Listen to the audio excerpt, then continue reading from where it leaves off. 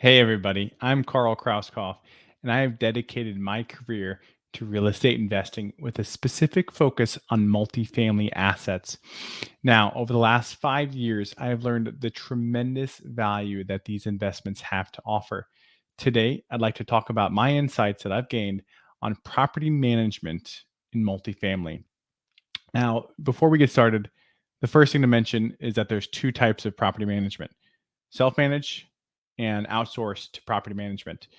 Let's talk about the latter for just a second. On the outsourcing property management, you'll typically see this more often when you're either just beyond getting started, or you're down the line, you're really starting to grow, you're starting to scale, but you don't quite have the scale yet to be vertically integrated. And so, for a large portion, typically of operators' time, you're going to be on that third party property management side. Now, a few things to really look out for while you're working with those third party property management is to understand their communication style, their responsiveness, how forward they are in terms of really marketing and managing your tenants as well. And so one important thing that I like to do is do some secret shopping and test those responsiveness. So I'll call it, and I'll talk about it here in a minute, is the throughput analysis in determining when a tenant or potential tenant inquires about a specific property to how long it takes to get them into a leased position or assigning a lease. Now, that is super important because the more you can reduce your vacancy, the higher your net operating income, and ultimately, the more valuable your property is. And so, again, that throughput analysis to me is so critical. Transparency, control over the actual process is really critical. And honestly, one of the things that you sacrifice or you could sacrifice as you move into third party property managers.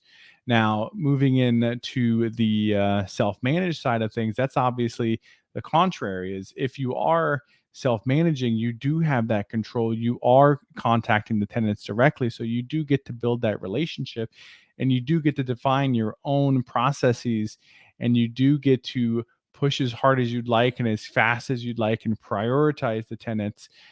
But on the flip side is you're going to be the one doing it all. So unless you can figure out how to really effectively scale and manage your operations, manage your properties, which, let's be honest, especially while you're renting and stabilizing, that's a lot of work. It really is. Now, that's a lot of tenant communication. Could be potentially a lot of turnover, evictions, etc. And especially if you're working on an old property, or if you're working with an old property that has a lot of maintenance orders and work orders and requests to come in and repair things. It really is a ton of work. So really be diligent about what you've got the time and capacity for, what you've got the funds for, right?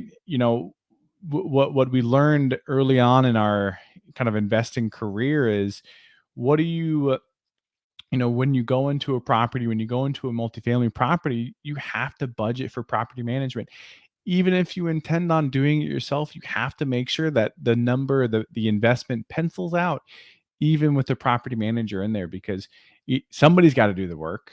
You're paying yourself, but if in the future you do want to outsource that to a property manager, you got to make sure you have the funds associated or allocated to it. So make sure you know what you're doing, make sure you know what you've got the time and the funds to be able to do.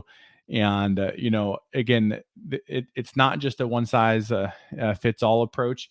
I do like the hybrid approach, which I'm modeling out right now, which is trying to controlling rather the front end, controlling the lease up process, and then passing over and creating some processes and handoffs, so that way I hire a separate assistant, and that assistant is the one who goes in and markets and puts up the listings, and is the one that's tracking the response time and how quickly we are calling and texting and emailing the inquiries, and how quickly we can get them into a walkthrough.